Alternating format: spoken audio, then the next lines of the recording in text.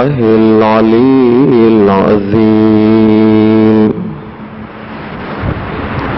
حسبنا اللہ ونعم الوکیل نعم المولا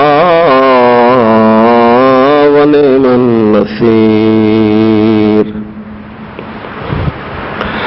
اعوذ باللہ من الشیطان اللعین الرجیم بسم اللہ الرحمن الرحیم الحمد للہ رب العالمین والصلاة والسلام والتحیۃ والاکرام علی سید الانبیاء والمرسلین مولانا بالقاسم محمد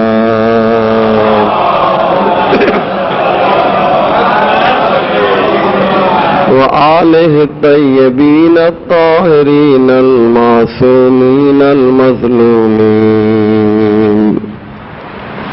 ولعنۃ اللہ علی اعدائہم اجمعین من یومنا ھذا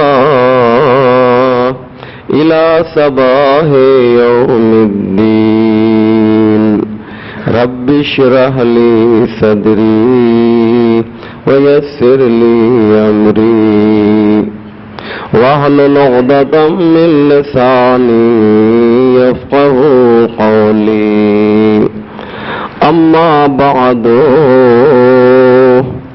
اوصیکم عباد اللہ نفسی بتقوی اللہ فقد قال اللہ سبحانہ تبارک وتعالی وقولہ الحق بسم اللہ الرحمن الرحیم ونزعنا ما فی صدورہم من غل صلوات بر محمد وعلی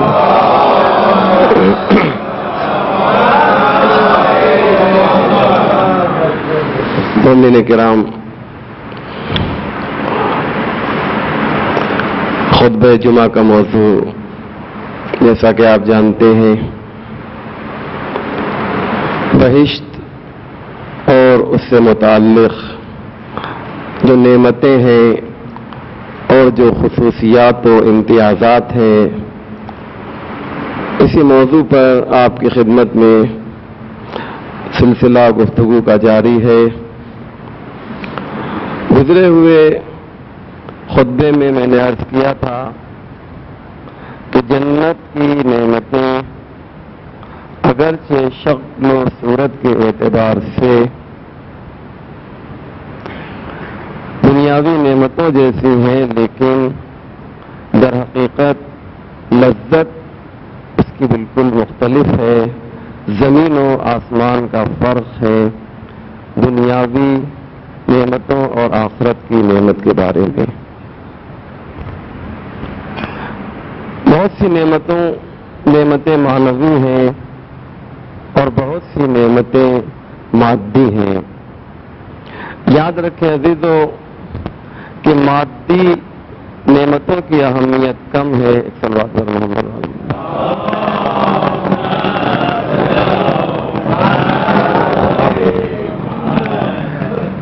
مادی نعمتوں کی اہمیت کم ہوا کرتی ہے معنوی نعمتوں کے بارے میں۔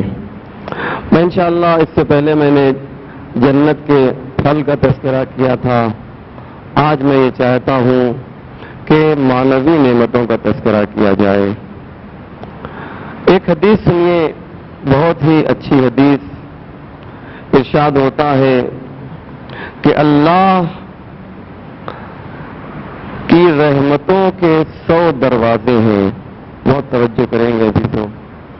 اللہ کی رحمتوں کے 100 دروازے ہیں اور اللہ نے ان 100 دروازوں میں سے صرف ایک دروازہ دنیا میں کھولا ہے اور باقی 99 دروازے وہ آخرت میں بہشتیوں کے لیے کھولے گا.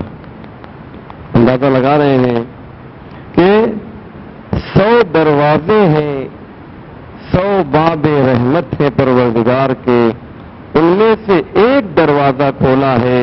تو آج جو کچھ بھی محبتیں، شفقتیں مل رہی ہیں ماں اور بیٹے کے درمیان، دوست کے درمیان، بھائی کے درمیان، مومن کے درمیان، یہ ساری نعمتیں وہ ہیں، یہ ساری محبتیں وہ ہیں جو اللہ کی ایک باب رحمت کا نتیجہ ہے.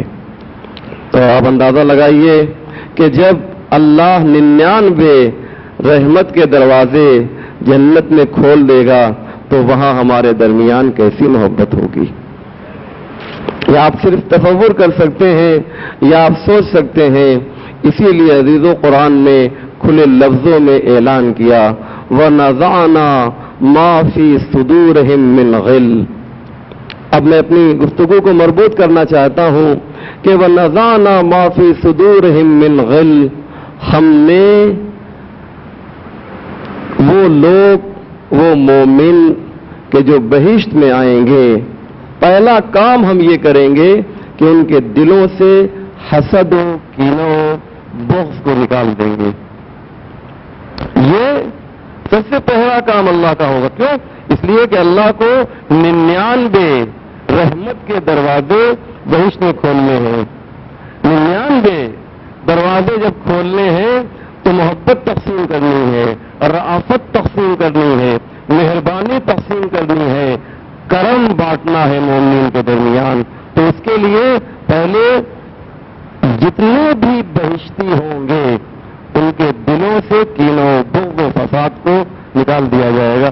ابھی تو آپ غور کریں، آج دنیا میں، اس وقت کی دنیا میں کہ جو حالات ہیں، آپ اندازہ لگائیں کہ زیادہ تر اختلافات، لڑائیاں، جھگڑے، ان سب کی بنیاد کیا ہے؟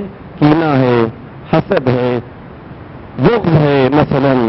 اور اسی بنیاد پہ جو پیسے والا ہے وہ بھی پریشان ہے، جو غریب ہے وہ بھی پریشان ہے. غریب پیسے والے کو دیکھ کر حسد کر رہا ہے، اور پیسے والے کی خواہش یہ ہے کہ ہم ہی آگے بڑھیں، ہم سے کوئی آگے نہ بڑھ سکے.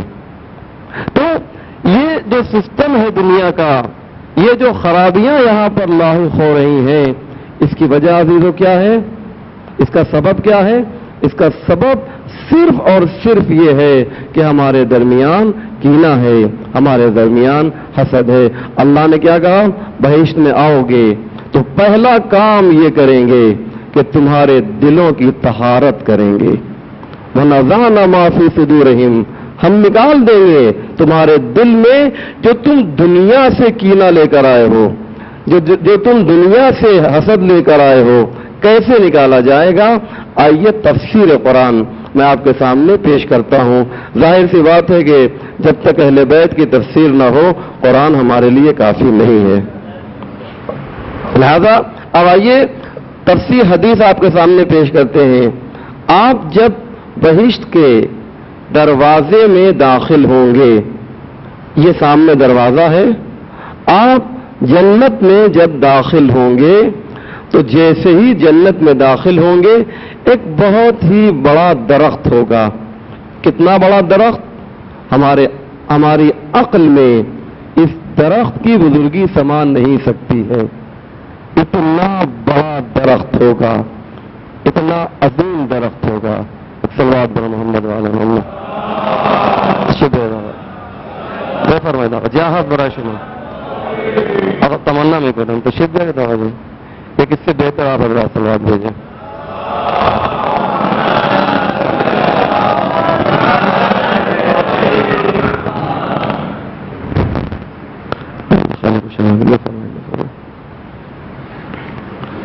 وَنَزَعْنَا مَا فِي صُدُورِهِم مِّنْ غِلٍّ، ہم تمہارے دلوں سے کینے کو نکالیں گے.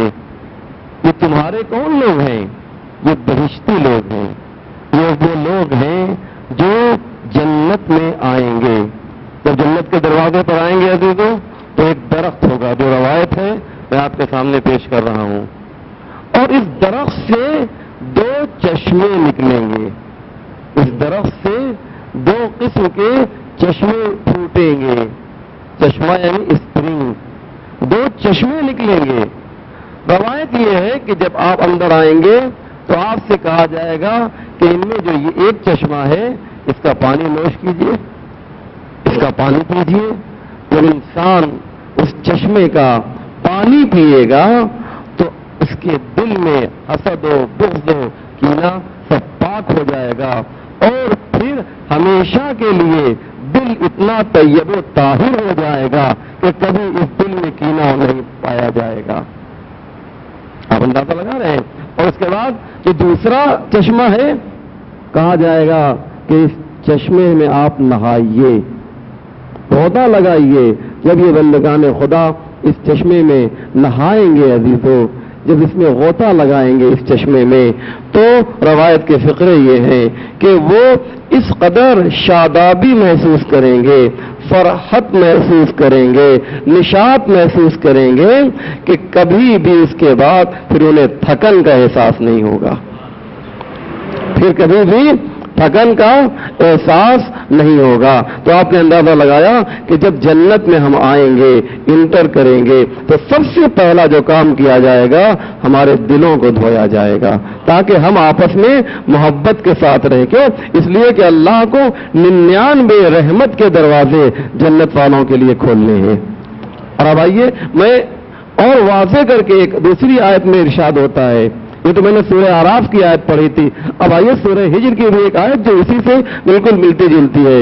ارشاد ہوتا ہے وَنَزَعْنَا مَا فِي صُدُورِهِم مِّن غِلٍّ إِخْوَانًا عَلَىٰ سُرُرٍ مُتَقَابِلِينَ۔ یہ دوسری آیت ہے جو میں آپ کے سامنے پیش کر رہا ہوں۔ یہ آیت کیا کہتی ہے عزیزو؟ یہ کہہ رہی ہے کہ ہم تمہارے دلوں سے کیا کریں گے؟ کینہ کو نکال دیں گے، حسد کو نکال دیں گے، اور اس کے بعد جب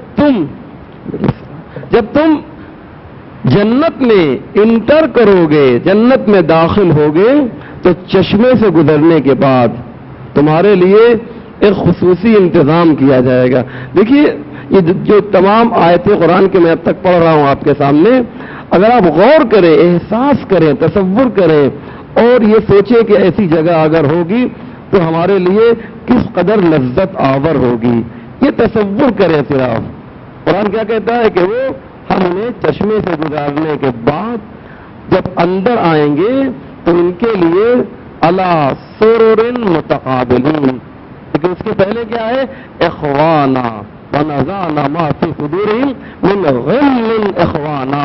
جب آپ اندر آئیں گے بہشت کے اندر، یہ نعمتیں معنوی جو میں آپ کے سامنے پیش کر رہا ہوں، وَنَزَعْنَا مَا فِي صُدُورِهِم مِّن غِلٍّ إِخْوَانًا، آپ جب آئیں گے تو آپس میں اس طرح سے محبت کریں گے جیسے 2 سگے بھائی آپس میں محبت کرتے ہیں۔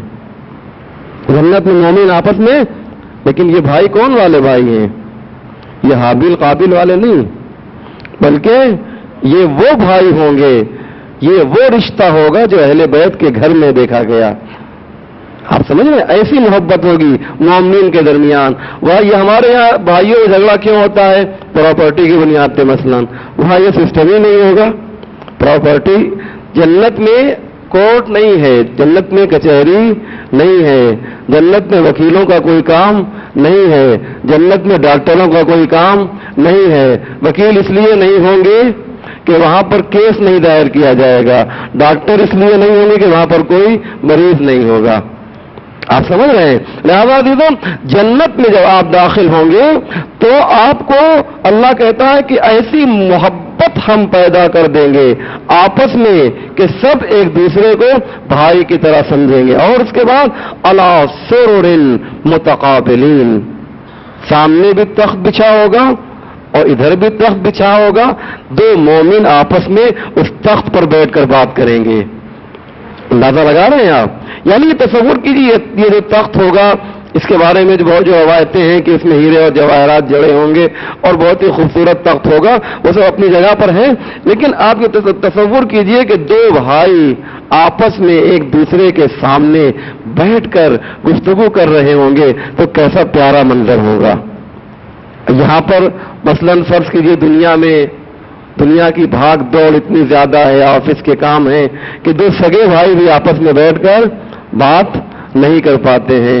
وہاں کوئی کام کاج تو ہوگا نہیں، وہاں پر کوئی فساد بھی نہیں ہے، وہاں پر کوئی سازش نہیں ہے، کسی کے خلاف کوئی توطیہ نہیں کیا جائے گا. لہذا عزیزو وہاں پر اس دنیا میں یعنی بہشت میں جب آپ جائیں گے تو صورتحال یہ ہوگی کہ ایک دوسرے کے سامنے بیٹھیں گے. اور اب آئیے قرآن نے، میرا وقت بہت تیزی سے گزر رہا ہے، قرآن نے ایک بہت بڑی نعمت کا تذکرہ کیا ہے. جو سب سے بڑی نعمت مفسرین نے لکھا ہے کہ بہشت میں سب سے بڑی نعمت یہ ہوگی کہ رضوان من اللہ اکبر. کیا ہے سب سے بڑی نعمت؟ سب سے بڑی نعمت یہ ہے کہ اللہ کی خوشنودی مومنین کو ملے گی. آپ کیا سمجھتے ہیں؟ آپ تو رضی اللہ نہیں کہتے ہیں، لیکن یاد رکھیے کہ اگر آپ سے اللہ راضی ہو جائے اور آپ اللہ سے راضی ہو جائیں تو یہ بہت بڑی سعادت ہے یا نہیں ہے؟ یہ بہت بڑی سعادت ہے. یہ کم نعمت ہے. مفسر قرآن آیت اللہ مکارم شیرازی لکھتے ہیں کہ سب سے بڑی نعمت جو بہشتیوں کو ملے گی، جنت والوں کو ملے گی، وہ انہیں اس بات کا احساس ہو جائے گا کہ میں خدا سے راضی ہوں اور میرا خدا مجھ سے راضی ہے.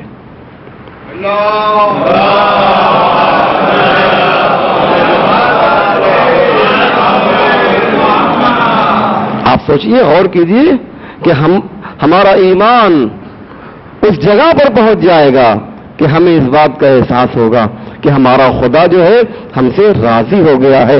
آج ہم لاکھ نمازیں پڑھیں، لاکھ روزے رکھیں، لاکھ بندگی کریں، لاکھ عبادت کریں، لیکن انصاف سے بتائیے کہ کیا ہم یہ کہہ سکتے ہیں کہ ہمارا خدا ہم سے راضی ہے؟ لیکن عزیزو یہ نعمت ہمیں بہشت میں ملے گی، جنت میں ملے گی کہ ہم اس بات کا احساس کریں گے کہ وہ خوشنودی پروردگار ہمارے شامل حال ہو چکی ہے اور ہم بھی خدا سے راضی ہو گئے ہیں. جسم کی جنت کا نام باغات جنت ہے اور روح کی جنت کا نام خوشنودی پروردگار ہے. آپ اندازہ لگا رہے ہیں، روح کو بالودگی ملے گی، روح کو تازگی ملے گی. اور عزیزان محترم، ایک نعمت جو بہت ہی بڑی نعمت ہے، نعمت معنوی کی میری گفتگو چل رہی ہے. آیت اللہ دست غیب شیرازی نے اس نعمت کا تذکرہ کیا ہے. وہ کہتے ہیں کہ انشاءاللہ آپ محبان اہل بیت ہے، اسے درک کیجئے، اسے تصور کیجئے، سوچئے کہ یہ کتنی بڑی نعمت ہے. کہتے ہیں کہ سب سے بڑی نعمتوں میں سے ایک نعمت بہشت میں یہ ملے گی کہ ہمیں ائمہ معصومین کا دیدار میسر ہوگا.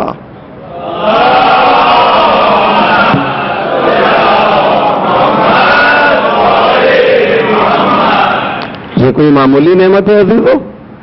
کتنی بڑی نعمت ہے کہ ہمیں امام حسین کی زیارت ملے گی.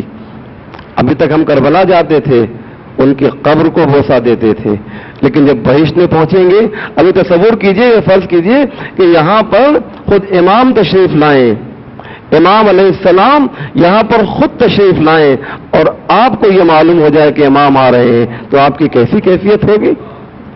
ہے یا نہیں ہے؟ کیسی کیفیت ہوگی آپ کی کہ امام تشریف لا رہے ہیں؟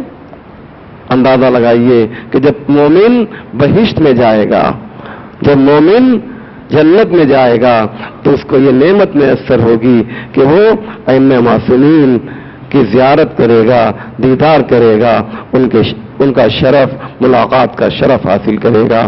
بسم اللہ الرحمن الرحیم. قل هو اللہ احد اللہ الصمد لم یلد ولم یولد ولم یکن له کفوا احد.